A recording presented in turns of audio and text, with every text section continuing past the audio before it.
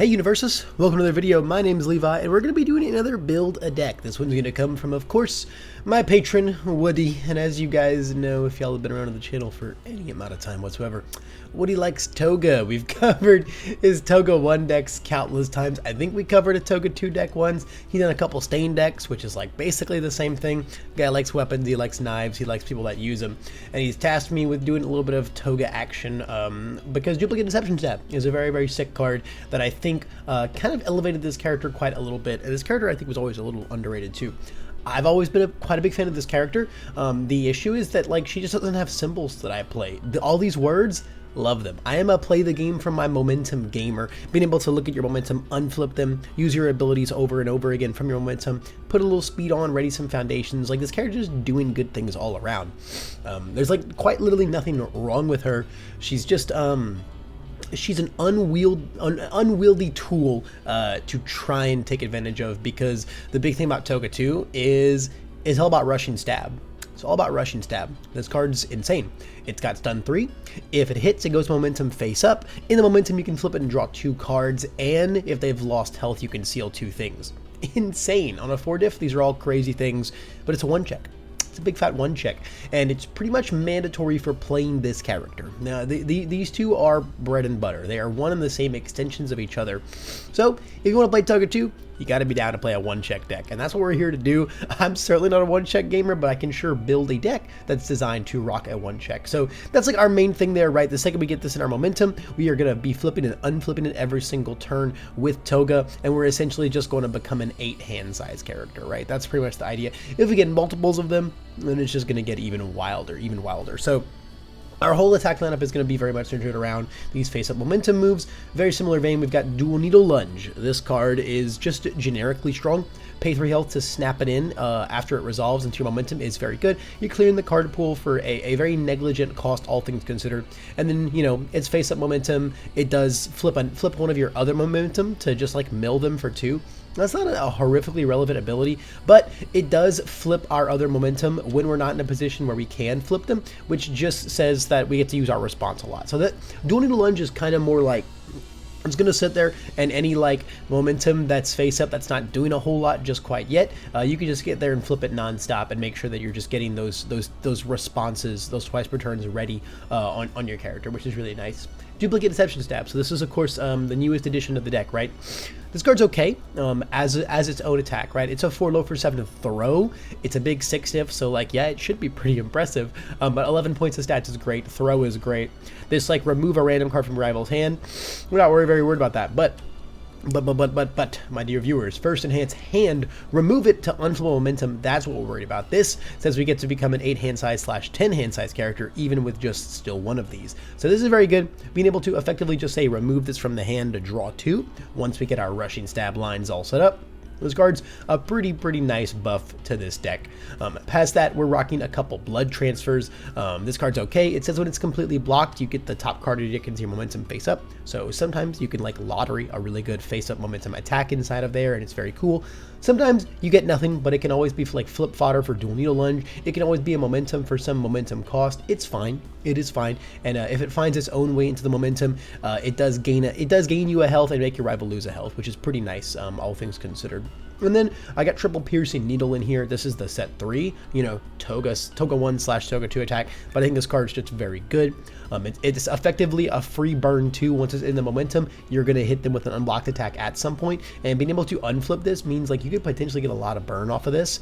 It's also just a 4 mid for 5 that can become a 6 mid for 3, 8 mid for 3 if it's your first attack. Really good to open with.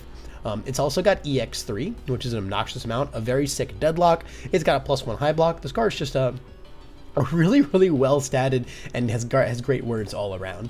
And then our only like non-Toga attack here is triple blue flame palm strike. This card's like a bit of an alternate win condition for us. As a 5 mid move with powerful 3, we stack up a lot of momentum in this deck, so they always kind of have to be wary of this card, which is great. Then it also just says fish for a momentum from the top 3, and you are revealing them, meaning that if you find any of these really sick face up momentum Toga attacks, you get it in face up, and then really cool stuff happens for free. fishing a rushing stab off of this is like literally the dream, and sometimes it happens. You know, we've got, look, this is 4, 8, 9, 10, 13 attacks here that do face up momentum things, and we have some foundations that do it too. Odds are with the top 3 in this like 61 card deck, you're gonna fish some good things off there from time to time. And so that's the attack lineup. It's pretty straightforward. The only Toga attack I really didn't include is the Gory Stab. I think this one's a little bit more situational. Being able to destroy their foundations is okay. You could certainly like one of this, maybe cut like one of the Dual Needle Lunge, maybe cut like one of the Piercing Needles. It'd be a cute one of to go and fish for with stuff, but I'm not like overly worried about it.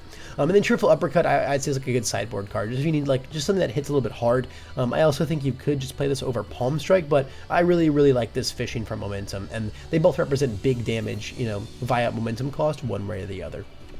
Going into our foundations, we're a 1-check guys, so we don't get a lot of non-spams, and particularly we need a lot of zeros. We're playing 14 zeros in this deck, and actually they're all pretty good for us too, all things considered. Tight Lipped is amazing, flipping a foundation for a damage. Surviving the Final is amazing, -1 speed. Enamor is amazing for +1 or -1 speed, because we're going to be readying it like non-stop. Being able to like defensively flip with Dual Needle Lunge during your rival's turn, and then going like, I'll ready this foundation and I'll give your attack -1 speed. That's suddenly like 2 extra points of committal you have now out of nowhere, and I like that. I think these 12 are pretty mandatory. After that, I'm rocking 2 Foresight, because this card's just kind of handy. I like that, you know, you can kind of like jam this and, you know, oh hey, is there a 1 on top of my deck? No? Okay, cool. I'll build another one. It's okay. The remove is also okay. You know, if you just want to like, say if you're like, wow, I've got the lethal move right here, I don't even have to check a 5. I can even check a 3 on it. But man, if there's a 1 on top of my deck, I just get super screwed. Let me just go see if it's there. I think you could totally swap this out for Keen Observation, because between Pierce Needle and Blood Transfer, we have 2 different ways for them to lose health via effects. So I think this is an okay 0, but right now the high and low blocks are perfectly balanced at 18 and 18, and I really like that. But you could easily run Keen over Foresight. You could even maybe go like a couple more zeros as well if you really wanted to. Past that, I've got playsets of Arrogant Disposition and Struggling with Studies. These are great spams with solid low blocks as well. This is also a 6-check that just says, you know, the most popular keyword in the game, Punch, gets -3 speed. Fantastic. Struggling with Studies is very good defensive. One of the best defensive foundations in the death symbol. Protecting your other foundations from being flipped and getting your blocks back is really choice. For Snack Time, you have to run Forced Snack Time in this deck. This deck is like, this is like the alternate win condition, or I'm sorry, not even the alternate, right? I said this is the alternate, right? This is the primary win condition, because you're going to have a million cards in hand non-stop. You need a discard outlet, or you're just not going to feel like you're doing anything. Snack Time is so important to this deck closing out games, because when this deck is popping off correctly, this ability is basically just free. It's just free 1 speed stun 1 at every single move, and that's going to eventually get them killed.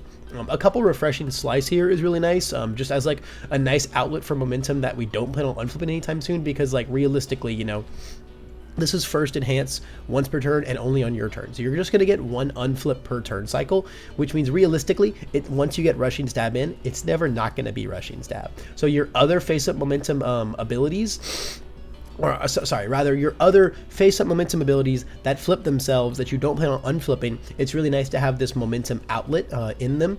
Same thing for like Dual Needle Lunge, right? If you don't want to ever flip them even in the first place, being able to just go, I can flip them with this and I can discard them with this if they're just not doing me anything at the current moment. It's really nice to have those outlets, and like readying a foundation to make your rival commit 1 is just very good, very good. Especially defensively. It's really good defensively, which is kind of where this deck struggles a little bit. We get a lot of cards, but we don't exactly have as much like speed and manipulation or difficulty check hacking that we wish we would to make use of all those cards. So stuff like this is really nice. I got a 1 of League interview in here. It's another 6-check, which is kind of dope. It says that worst case scenario, right, when we open with our move, if we check our Rushing Stab, we actually check a 2, so it's not as bad. It also fishes through cards for the discard pile for stuff like Stalking Her Prey, which is really nice. We'll get to that later on, but it's just a cute 1 of. It's perfectly fine and inoffensive.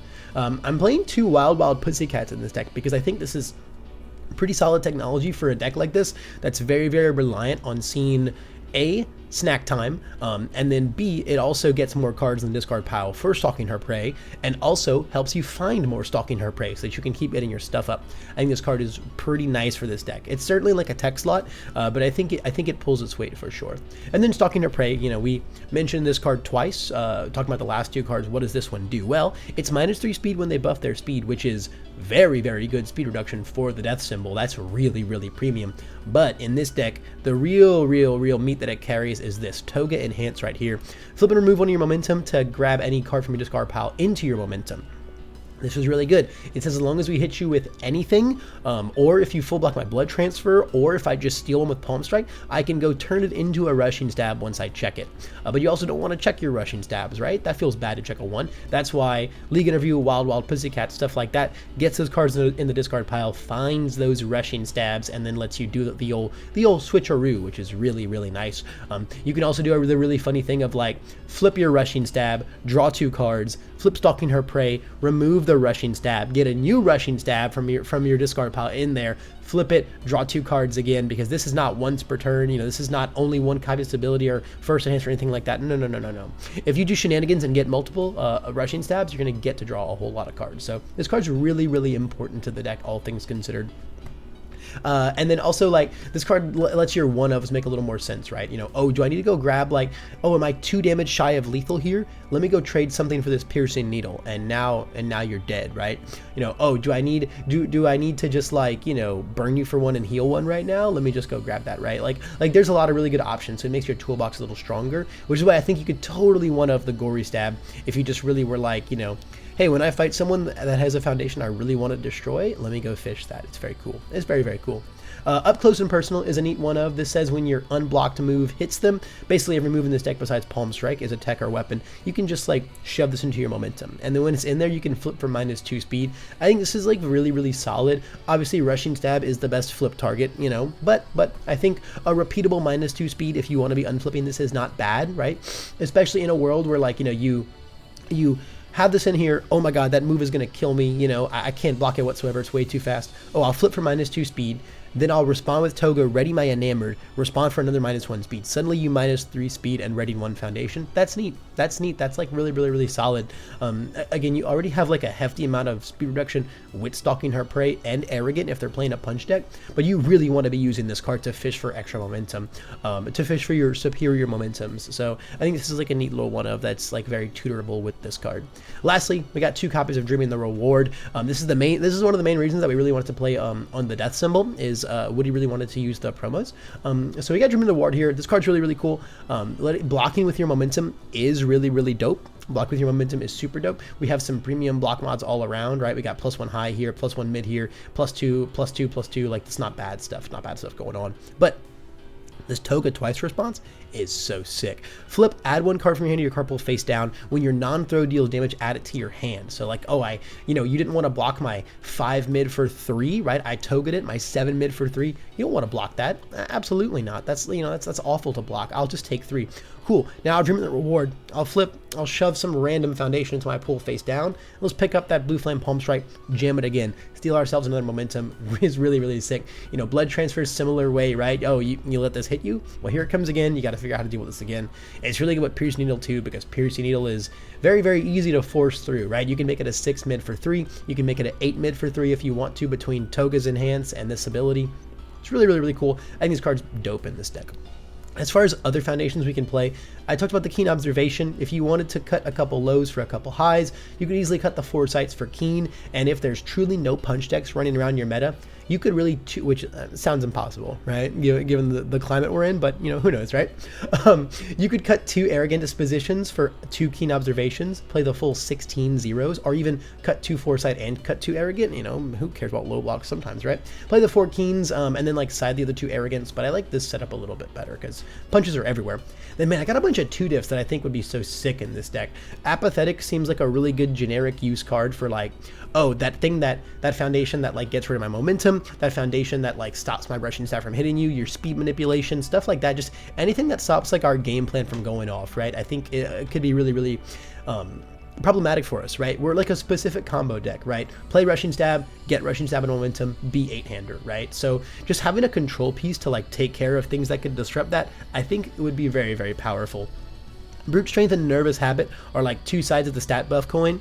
The thing about this deck is that we're going to be drawing a lot of cards and stringing a lot of moves, but it's sure a bunch of like 4 or 5 damage moves. They're not very threatening. Snack Time can make them all super fast, but where are we finding damage? So like that's where like Brute Strength could come in. Nervous Habit I could also see being really good for the early game, being able to put a little bit more speed on and just try and force your attacks down so you can guarantee that momentum. These two cards I think both could play really similar but really different roles in the deck, and there's could be an argument for either of them. I think your tech slots are like the Pussycats, the League Interview, the Up Close, and then like the Refreshing Slice. If you wanted to maintain like a 60-61 card deck, those are probably like your 5 slots to mess around with. So when I go over these 2 diffs, these are kind of the cards I'm thinking about replacing, but right now I think my main goal with this deck was just to make sure it worked. You know, if it can't quite kill people just yet, we can put stats in and solve that problem, but for now I just want to make sure that this deck like gets Rushing Stab and momentum, finds it, gets it in there, draws cards, and does the thing, right? That's like step 1, you know? These are more like, we can evaluate this once we actually get in there. The Somewhat Style is probably like, you know, potentially a fine one of somewhere in here. It's just good stun hate, helps you go in a little bit harder. Window Shopping could fulfill a similar role as League Interview, is, you know, oh, there's a 1 on top of my deck, I would like there to not be.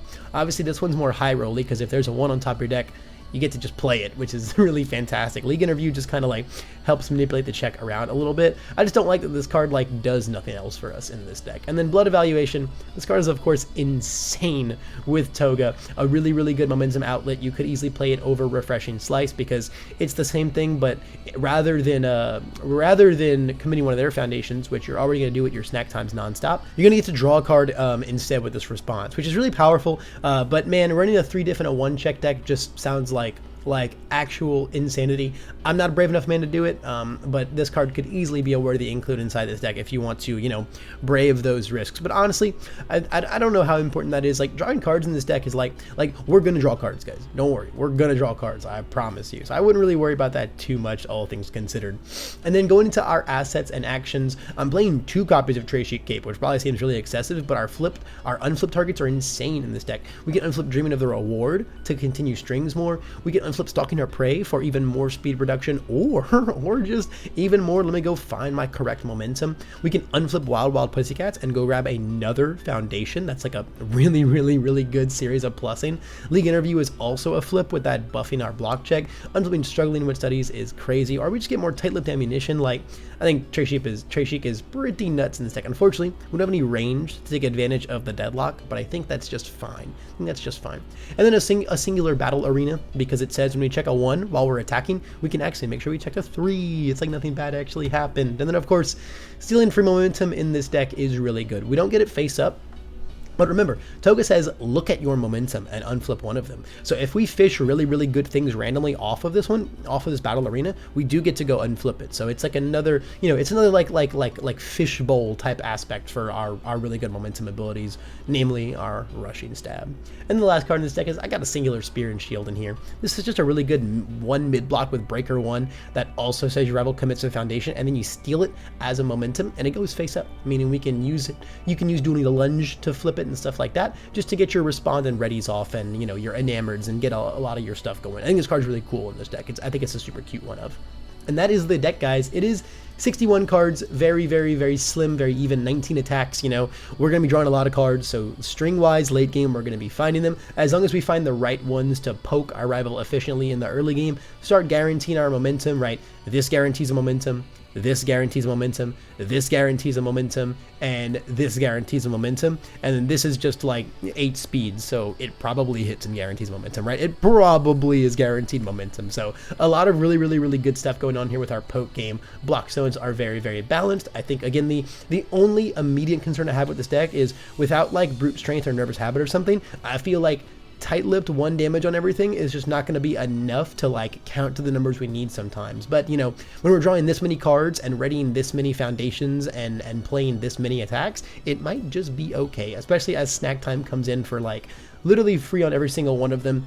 This deck's late game kill strings are super duper sick, and are just like going through like 10-12 cards a turn is like absolute pandemonium, man. This deck is a blast when it starts popping off. Just don't check those ones. Don't check those ones, boys and girls at home. That's going to be it for this build deck, guys. If you want to try it out for yourself, I'll of course have the link down below to the UVS Ultra deck list. And of course, thanks to Woody for commissioning this bad boy. If you want something just like this, I also have my Patreon link down there. You can check out the different tiers on how we can make some content together. Above all else, though, thanks just for making it to the end of this video. That's all the time I've got for today, but I hope I can see you in the next one.